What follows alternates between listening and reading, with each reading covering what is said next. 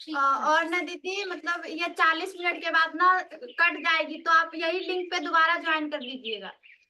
Okay, ठीक है। तो अभी ये आप लोग मिलान संस्था के बारे में भी सुने होंगे, क्योंकि वहीं पर प्रीति दी हैं जो गर्ल आइकन है, वो भी रह चुकी हैं। और मैं गर्ल आइकन भी फर्स्ट बैच की रही हूँ मिलान फाउंडेशन में। मिलान फाउंडेशन भी लड़कियों के साथ ही काम करता है। तो इंडिया से मिलान फाउंडेशन और नेपाल से पीआरसी, पीस रिहैबिलिटेशन सेंटर, ये नेपाल में काम करता है। इसे हिंदी में इसका नाम है शांति पुनर्स्थापना केंद्र। ये दोनों संस्थाएं मिलकर साझेदारी में काम कर रहे हैं, जिसके साथ हम लोग उन्हीं के अंतर्गत काम करते हैं। जैसा कि हमारे साथ हम लोग पूरे 8 वॉलेंटियर हैं, जिसमें कि 4 इंडिया से हैं और 4 नेपाल से हैं। तो हमारे साथ पहले नेपाल के पार्टिसिपेंट हमारे साथ मिलकर इंडिया में काम किए 4 महीने। फिर उसके बाद आकर हम अभी नेपाल में काम कर रहे हैं। नेपाल में अभी हमारे 2 मंथ कंप्लीट हो चुके हैं, 2 मंथ और रह गए हैं। बाकी 4 मंथ जो हमारे बचेंगे वो फॉलो अप में करेंगे। और फॉलो अप में केवल अपने अपने कंट्री में, होम कंट्री में ही करना है। जैसे हम लोग इंडिया के हैं तो इंडिया में करेंगे, नेपाल के पार्टिसिपेंट नेपाल में ही करेंगे। और मिलान फाउंडेशन लड़कियों पे काम करता है। तो हम लोग इंडिया में लड़कियों किशोरियों के साथ ही मिलकर काम करते हैं, उन्हें सशक्त बनाने के लिए, उन्हें खुद सेल्फ डिफेंस होने के लिए, खुद अपनी बातों को अच्छे से प्रेजेंट कर पाए, अपने गोल को अचीव कर पाए, उनको इतना सशक्त बनाते हैं। इसलिए हम लोग सोशल एक्शन प्रोजेक्ट करते हैं। इंडिया में भी अब तक हम लोग सोशल एक्शन प्रोजेक्ट 10 कर चुके हैं। और नेपाल में हमारे 8 सोशल एक्शन प्रोजेक्ट कंप्लीट हो चुके हैं। सोशल एक्शन प्रोजेक्ट का मतलब आप लोग को समझ में आ रहा है? नहीं नहीं। सोशल एक्शन प्रोजेक्ट एक प्रोग्राम की तरह होता है। इसमें हम लोग पहले नीड असेसमेंट करते हैं। हालांकि हम लोग इंडिया में पहले नीड असेसमेंट मतलब ज्यादा कुछ नहीं, बातचीत के माध्यम से एक दूसरे से रिलेशन बिल्ड करते हैं। बहुत फास्ट जा रहे हो दीदी आप। सॉरी सॉरी, ठीक है। नीड इंडिया में हाँ नीड हाँ बोलो। मतलब नीड का मतलब। नीड असेसमेंट मतलब कि सबसे पहले हम गांव में, स्कूल में जाकर विजिट करते हैं, जिससे हम उनकी समस्याओं और जरूरतों को पहचान कर सकते। नीड असेसमेंट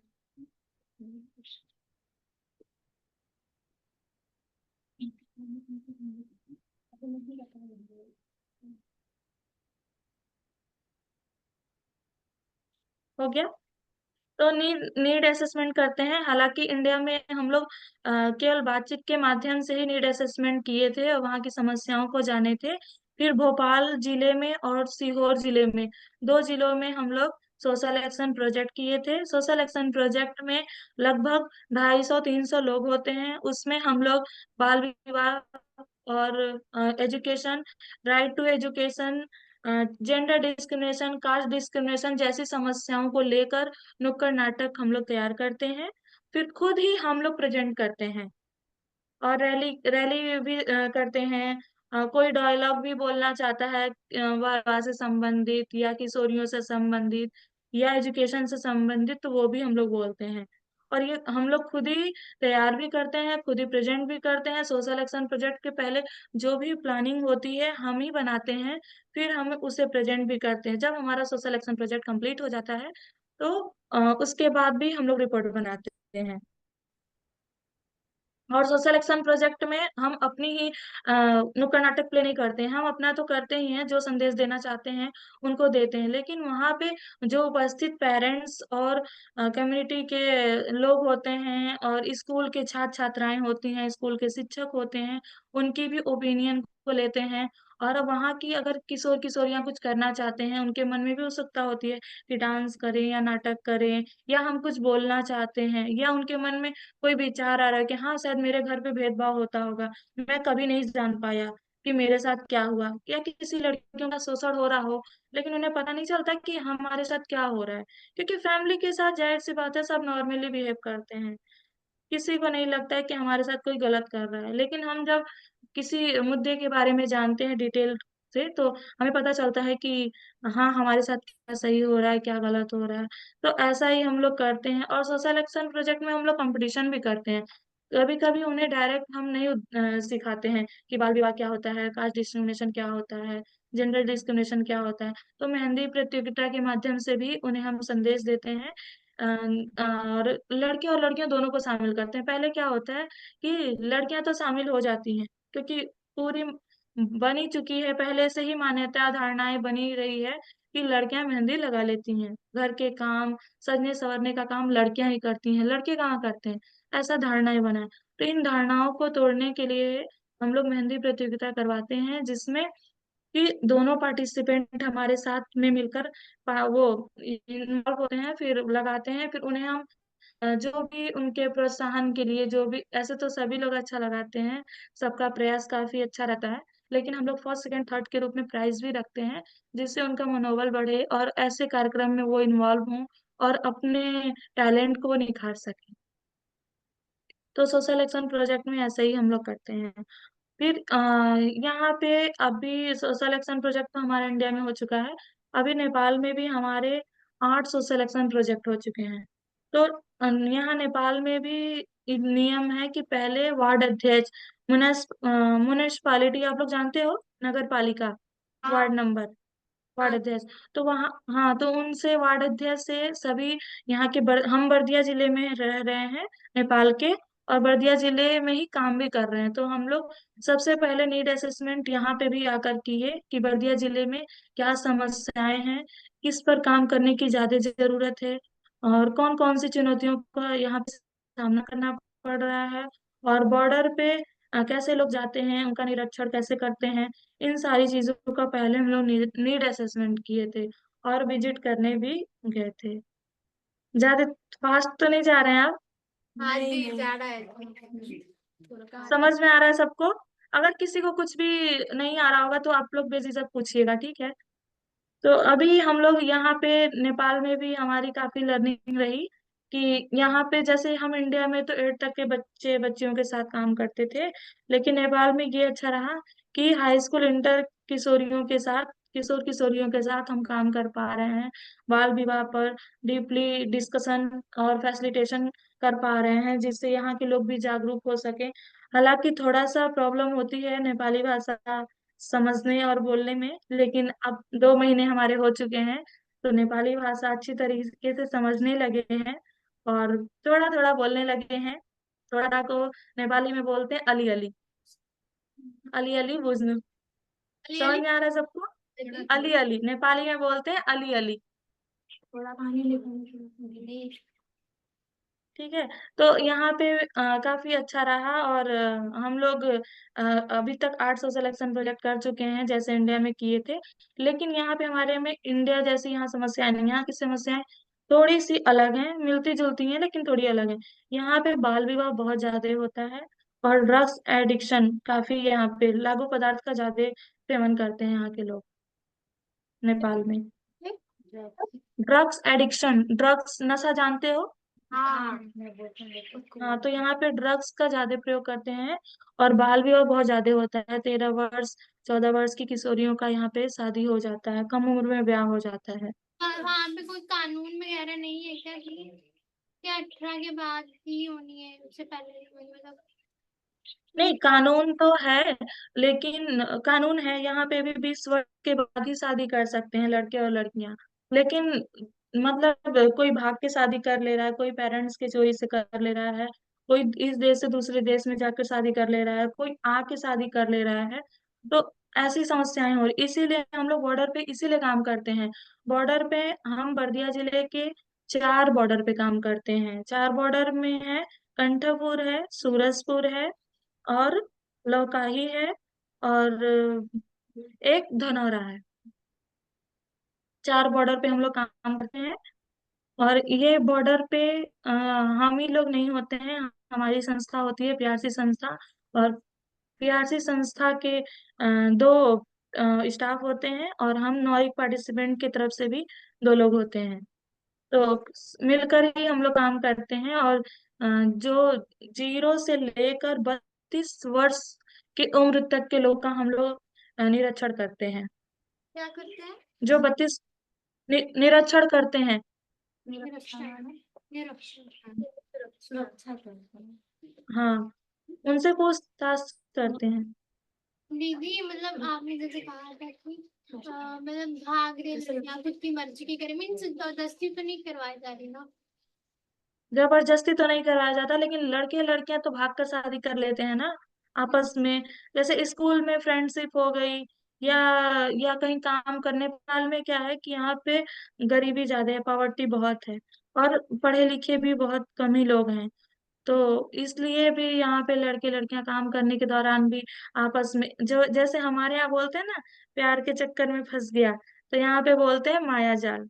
यहाँ नेपाली में बोलते हैं माया जाल। प्यार माया के जाल के चक्कर चक्कर, हाँ, माया जाल के चक्कर में लोग फंस जाते हैं और जल्दी कम उम्र में ही शादी कर लेते हैं। में। तो यहाँ पे ऐसी समस्याएं हैं। और बॉर्डर पे हम लोग इसीलिए सोच पूछ करते हैं। सोच पूछ नेपाली में बोलते हैं, और हिंदी में पूछताछ केवल बोलते हैं ना हम लोग। क्या? लेकिन नेपाली में सोच पूछ का फॉर्म होता है। समझ नहीं आ रही थी ये। नेपाली में एक फॉर्म आता है, फॉर्म आप लोग जानते हो, A4 शीट पेज का फॉर्म आता है, उस पे लिखा होता है सोच पूछ फार्म नेपाली में। मतलब भी। नेपाली, ये फॉर्म का नाम है। और हिंदी? नेपाली भाषा में लिखा होता है सोच पूछ फॉर्म। अरे इस जैसे हम लोग का सर्वे फॉर्म वगैरह होता होगा। और हिंदी में दीदी? हिंदी में मतलब क्या? हिंदी में बोलते हैं पूछताछ फॉर्म। अरे पूछताछ फॉर्म। हाँ, तो इंक्वायरी फॉर्म जानते हैं, इंक्वायरी। हाँ हाँ। हाँ, तो वही हम लोग फॉर्म फिल करते हैं, उनका पर्सनल बैकग्राउंड लेते हैं और फैमिली बैकग्राउंड भी लेते हैं। और हमारा उद्देश्य यही है, क्योंकि पीआरसी भी मानव विखंडन के विरुद्ध ही काम करता है। तो जो भी बहला के फुसला के या किसी काम को लेके या अंग बेचने को लेकर या दूसरे कंट्री में किसी भी तरीके से ले जाकर उनके साथ शोषण करना, अभद्र व्यवहार करना, रेप करना, बहुत सारी समस्याएं होती है ना। तो लोग बहला फुसला के लड़कियों को लेके एक दूसरे कंट्री में लेके जाते हैं। जरूरी नहीं कि ऐसी ही समस्याएं हो, कुछ लोग काम करने के पर्पज से भी जाते हैं, बहुत सारी चीजें होती हैं। लेकिन ज्यादातर जो पढ़ी लिखी लड़कियां नहीं होती, उन्हें अगवा करके बेच भी देते हैं, ऐसे भी करके ले जाते हैं। इसलिए बॉर्डर पे हम लोग जितने भी 32 वर्ष तक के लोग जाते हैं, उनको हम लोग रोकते हैं और सभी से पूछताछ करते हैं कि आप क्यों जा रहे हैं, कहाँ जा रहे हैं, किस पर्पज से जा रहे हैं, किसके यहाँ जा रहे हैं। मतलब रिलेशन भी हो तो किसका रिलेशन है, वो रिलेशन भी हम लोग लिखते हैं कि आपकी ब्रदर है या सिस्टर है या मदर इन लॉ है, फादर इन लॉ है, सब कुछ इंक्वायरी करते हैं, डिटेल लेते हैं उसके। हालांकि वो लोग रुकते तो नहीं है, लेकिन हमें रोकना पड़ता है, क्योंकि उनकी सेफ्टी के लिए हम काम कर रहे हैं बॉर्डर पे बैठकर। और बॉर्डर पे हम ही लोग काम नहीं करते हैं, और भी दो संस्थाएं काम करती हैं। आशीष नाम की संस्था है, वो भी काम करती है। और नेपाल पे एपीएफ सर लोग होते हैं नेपाल के, वो लोग भी बैठते हैं वहां पे काम करते हैं। और इंडिया के एसएसबी, सशस्त्र सीमा बल।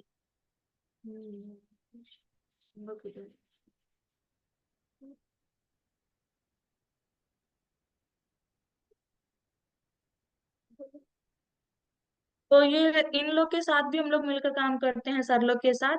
मैं ग्रुप में फोटो शेयर की थी, लेकिन हम लोग को ग्रुप में फोटो या कहीं भी सोशल मीडिया पे डालना मना है, इसलिए नहीं डालते हैं। लेकिन हम लोग के साथ काफी अच्छी बॉन्डिंग हो चुकी है। वो लोग कैसे काम करते हैं, पूछताछ करते हैं, उनके साथ हम लोग भी बैठते हैं, देखते हैं, हम भी उनके साथ मिलकर काम करते हैं। और उनके जो हेड होते हैं एसएसबी सर लोग के, उनसे भी हमारी मीटिंग हो चुकी है।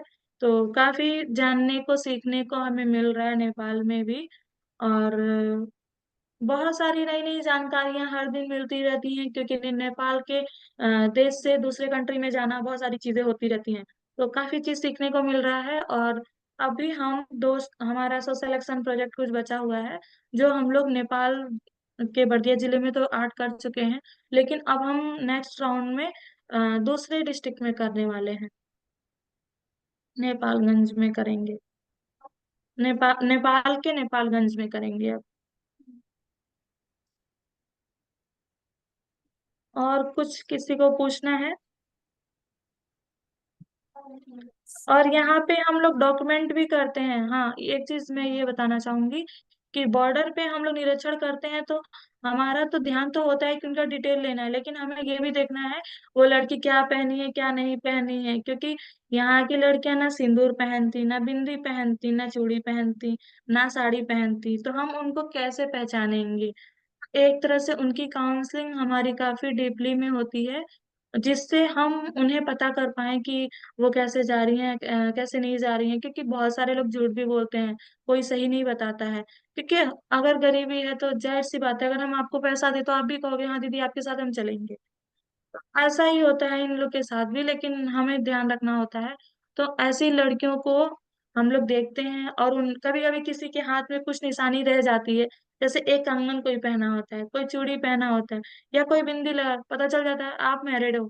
आप बताओ आप मैरिड हो, मतलब उनसे नॉर्मली ही बात करते हैं, लेकिन सारे डिटेल्स निकलवानी पड़ती हैं। हालांकि वो लोग जल्दी बताते नहीं है कुछ भी, जो भी बॉर्डर से जाते हैं। तो काफी बारीकी से करना पड़ता है, और ऐसे केस जब आते हैं तो उनको हम लोग पीआरसी के सेफ सेंटर में रखते हैं, सेफ हाउस में।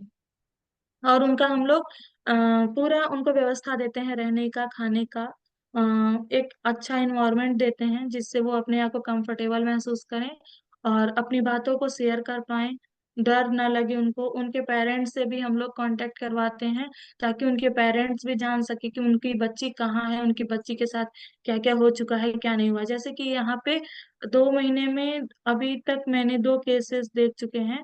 एक 14 साल की लड़की थी, जो लड़के के साथ भाग गई थी, और शादी भी कर ली थी, वो प्रेग्नेंट भी हो गई थी, उसका अबॉर्शन भी हो गया था, ब्लीडिंग भी हो रही थी, और लड़के वाले छोड़ दिए, कोई कुछ भी नहीं कर रहा था, और माँ उसकी लेके रो रही थी, बहुत सारी चीजें ऐसी हो रही थी। फिर उसको हम लोग रेस्क्यू किए, उससे पूछताछ किए, लेकिन फिर भी वो लड़की बस यही कह रही थी कि केस मत करिएगा, क्योंकि हम उस लड़के से प्यार करते हैं। इतना सब कुछ हो गया है फिर भी वो लड़की मानने को तैयार नहीं है।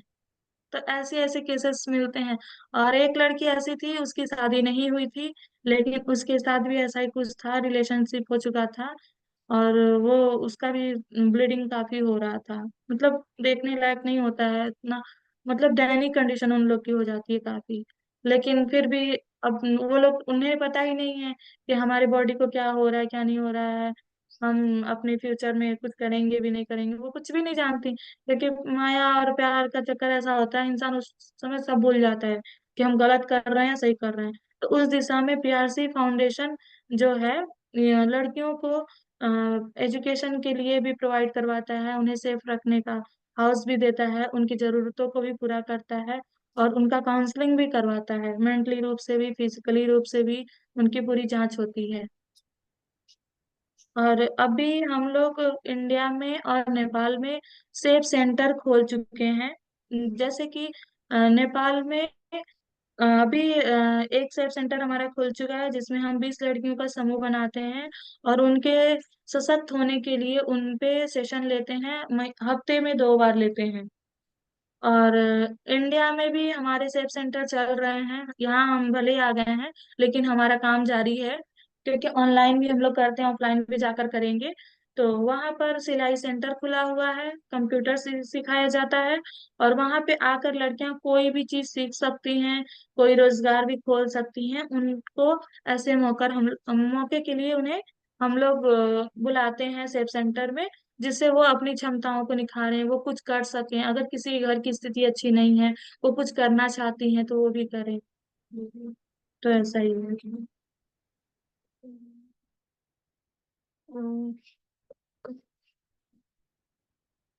हेलो दीदी।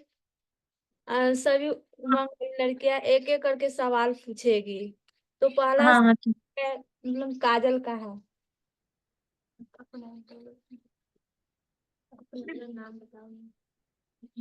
हेलो दीदी। हेलो दी। हेलो। काजल है और मैं पंजाब पटियाला से हूँ। मेरा सवाल है दीदी कि मतलब आप पहले बैच से हो, तो पहले बैच में इतनी मतलब यहाँ पर वो सुविधा नहीं थी, तो आपको क्या क्या दिक्कतें आई थी यहाँ रहने के लिए? मुझे तो ऐसा ज्यादा कुछ तो दिक्कतें नहीं लग रही थी, क्योंकि फर्स्ट बैच के थे काफी। हमारे अंदर भी एक जुनून था सीखने का, और ऐसी जगह पे जाकर मिलना जुलना, दूसरे राज्य में जाकर पढ़ना काफी अच्छा रहा। ऐसा कोई भी चुनौती हमारे साथ शायद नहीं आई। और साजिश अपने की तरफ से तो कोई चुनौती नहीं आई है। बस मेरे फैमिली में थोड़ी प्रॉब्लम थी, क्योंकि हमारे पापा की तबीयत खराब था। इसकी वजह से थोड़ी चुनौतियों का फेस करना पड़ा। बाकी ऐसे कुछ चुनौतियां नहीं थी। हम वहाँ पे जितने दिन भी रहे हैं अच्छे से पढ़ाई भी की है, सबके साथ बातचीत भी हमारी होती थी, और काफी फॉर्म भी फिलअप किए हैं जॉब के लिए। और उसके बाद हम घर आ गए थे। हमारे पापा का ज्यादा सीरियस हो गया था, तो फिर हम यहाँ पे बनारस में आकर डाटा एंट्री का काम कर रहे थे। फिर उसके बाद हमें सुरभि दी और शालिनी दी, ये लोग मिलकर मुझे जॉब मेरा लगवाई थी। मैं इंटरव्यू दी। मेरा रिटेन ओरल सब कुछ हुआ था। उपक्रम एजुकेशनल फाउंडेशन डाला में है, सोनभद्र जिले में, यूपी के सोनभद्र जिले में है। तो उसमें मैं प्रोग्राम एसोसिएट के रूप में कार्यरत कार्य कर चुकी हूँ, और टीचर भी रह चुकी हूँ वहाँ पे।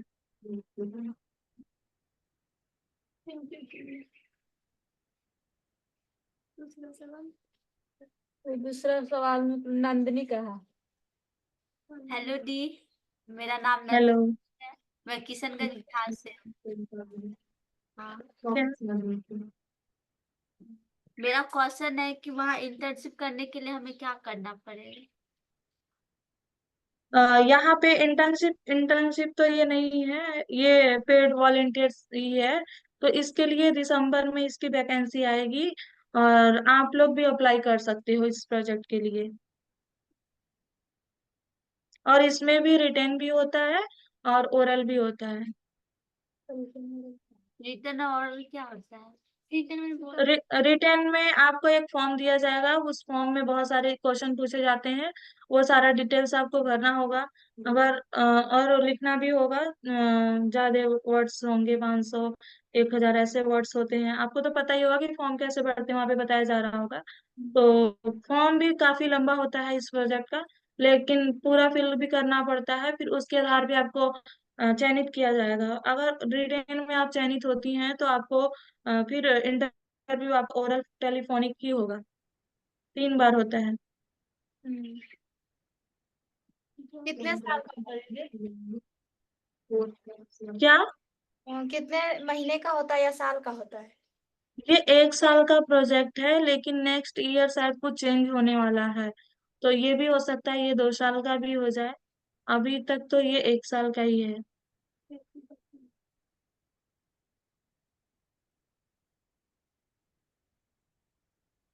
तो तीसरा सवाल है आंचल का। हेलो दीदी, हेलो। मेरा नाम आंचल है और मैं बिहार से हूँ। मेरा क्वेश्चन है कि आप अभी नेपाल के ऑर्गेनाइजेशन में काम करते हो, तो उसका एक्सपीरियंस अभी कैसा है? एक्सपीरियंस तो यहाँ का काफी अच्छा रहा, काफी कुछ सीखने को भी मिल रहा है। जैसे कि हम यहाँ पे डॉक्यूमेंटेशन स्किल हमारी काफी यहाँ अच्छी हो रही है। हम प्रपोजल लिखना सीख रहे हैं, रिपोर्ट कैसे लिखते हैं वो भी सीख रहे हैं। मंथली रिपोर्ट हो गया, सैप का रिपोर्ट कैसे बनाते हैं ये सीख रहे हैं। नीड असेसमेंट के दौरान हम कैसे फॉर्मली तरीके से हम बातचीत करते हैं वार्ड अध्यक्ष से, कैसे संपर्क बनाते हैं, वकील भी आते हैं उनसे बातचीत कैसे करते हैं। तो इन सब चीजों के बारे में जान रहे हैं, और यहाँ के भाषा और कल्चर को सीख रहे हैं। काफी अच्छी लर्निंग हो रही है। अभी तो 2 महीने हुए हैं, लेकिन अभी 2 महीने और भी हैं तो काफी कुछ सीखने को मौका मिलेगा।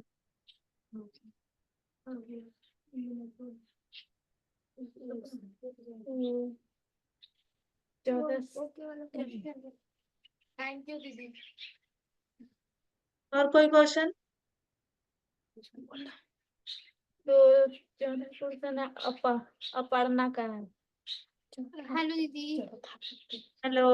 मेरा नाम अपर्णा और मैं हिमाचल प्रदेश से हूँ। ये तो अच्छी बात है। आपको नेपाल की भाषा आती है? नेपाल की भाषा मुझे थोड़ी थोड़ी आती है। जैसे मैं आपको, मेरो मेरो नाम निशा निशा हो। माँ यूपी भटा को आय को हूँ, ऐसे बोलते हैं।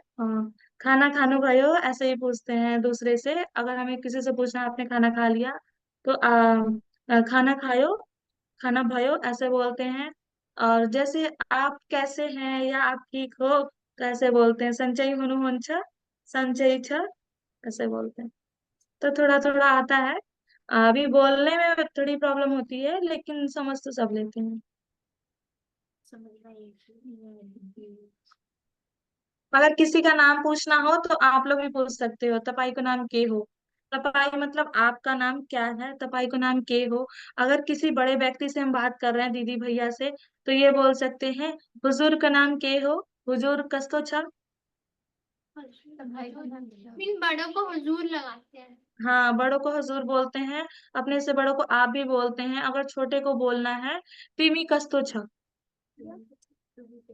तिमी कस्तो छ। तो अगला सवाल, थैंक यू दीदी। हाँ वेलकम। सवाल मुस्कान का है। जी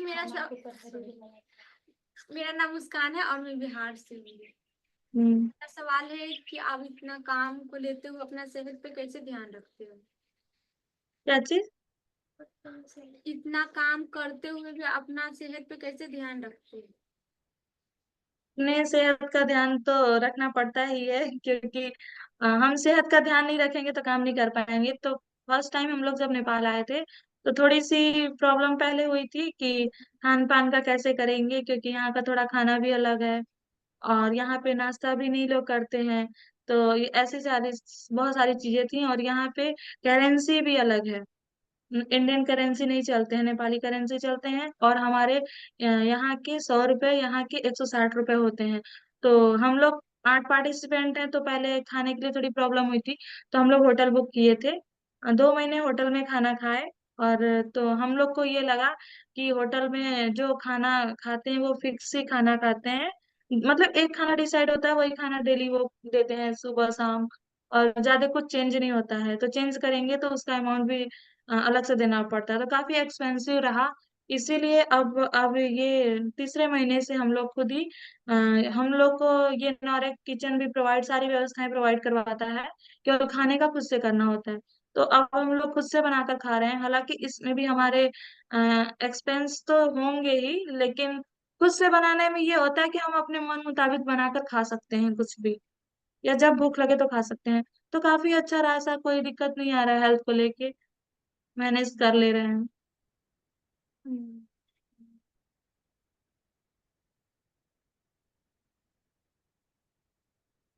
थैंक यू। अगला सवाल कंगनी का है।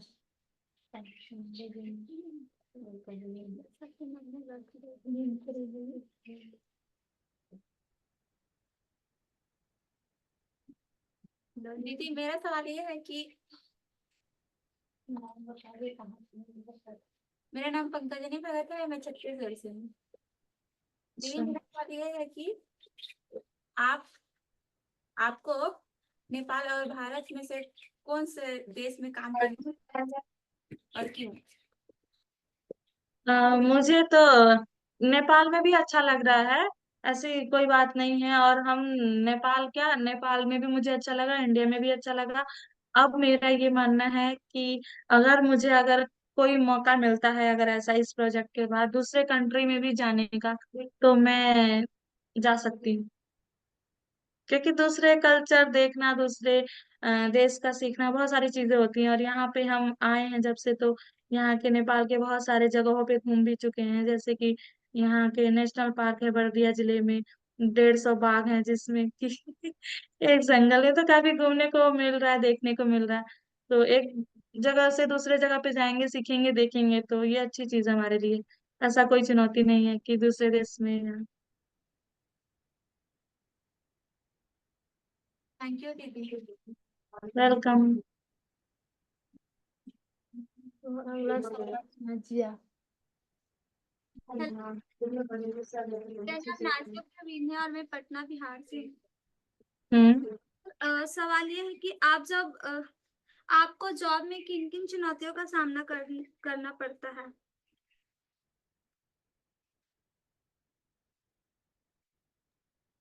फिर से बोलिएगा एक बार, मैं सुन नहीं पाई, सॉरी। दीदी आपको जॉब में किन किन चुनौतियों का सामना करना पड़ता है? जॉब में तो चुनौतियों का सामना बस ज्यादा कुछ तो नहीं करना पड़ता। हाँ, कभी कभी होता है कि हम काम के दौरान कभी कभी स्ट्रेस फील कर रहे होते हैं, या कभी काम अधिक होता है, या फैमिली से कोई प्रॉब्लम होती है, तो अ, उन चीजों को हमें रिफ्रेश करने के लिए हमें खुद के लिए रिफ्रेश होना भी जरूरी है। तो इसके लिए भी ज्यादा तो दिक्कत नहीं होता है। कभी छुट्टी लेकर घर भी जा सकते हैं, ज्यादा दिन के लिए तो नहीं मिलता है, हालांकि दूसरे कंट्री में तो बिल्कुल भी नहीं मिलेगा। जिस कंट्री में हम रहते हैं उस कंट्री में मिल जाता है, दूसरे कंट्री में नहीं मिलता है। तो घर जाके भी रिफ्रेश होके आ जाते हैं, और अगर ऐसे दूसरे कंट्री में है तो कहीं घूमने को भी चले जाते हैं, जिससे रिफ्रेश महसूस होता है। तो ऐसा कुछ दिक्कत नहीं होता है, अगर होता भी है तो खुद को वो कर लेते हैं मैनेज। थैंक यू दीदी। वेलकम।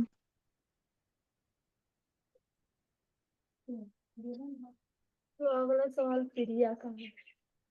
हेलो दीदी, हेलो। मेरा नाम प्रिया और मैं हिमाचल से हूँ।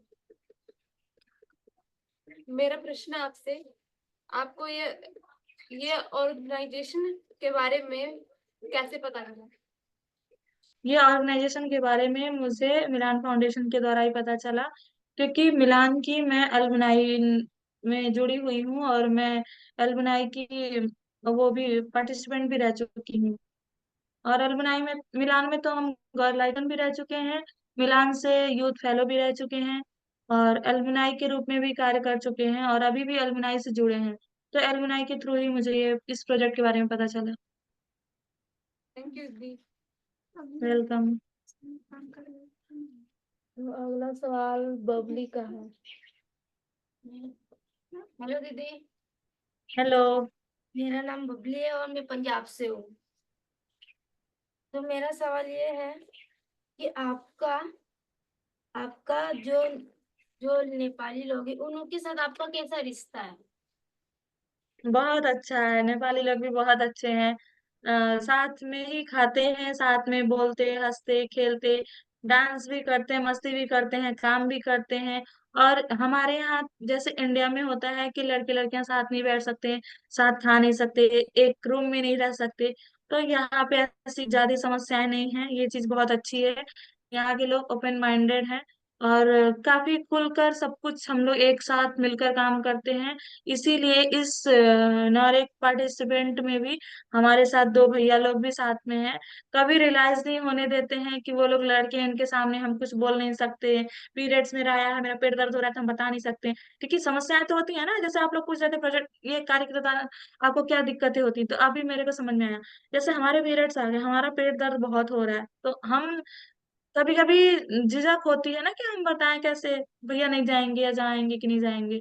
तो ऐसी कोई यहाँ समस्याएं नहीं है, बेझिझक कह सकते हैं भैया मेरा पीरियड है, आज हम नहीं जाएंगे। तो ऐसे बोल सकते हैं, कोई दिक्कत नहीं है। काफी अच्छा है यहाँ के लोगों से भी, और नेपाली लोग भी काफी अच्छे हैं, समझते भी हैं, बोलते हैं। यहाँ के लोग तो हिंदी भी समझते हैं अच्छी तरीके से। थैंक यू दीदी। दीदी हाँ। आपकी अभी जो आप काम कर रहे हैं वो कौन से ऑर्गेनाइजेशन में कर रहे हैं? पीआरसी, शांति पुनर्स्थापना केंद्र। PRC। पीआरसी। हाँ, पीआरसी, पीस रिहेबिलिटेशन सेंटर, शांति पुनर्स्थापना केंद्र। दीदी इसी में आप वो काम करते हैं बॉर्डर पे रहने का? हाँ हाँ, मिला ये नेपाल में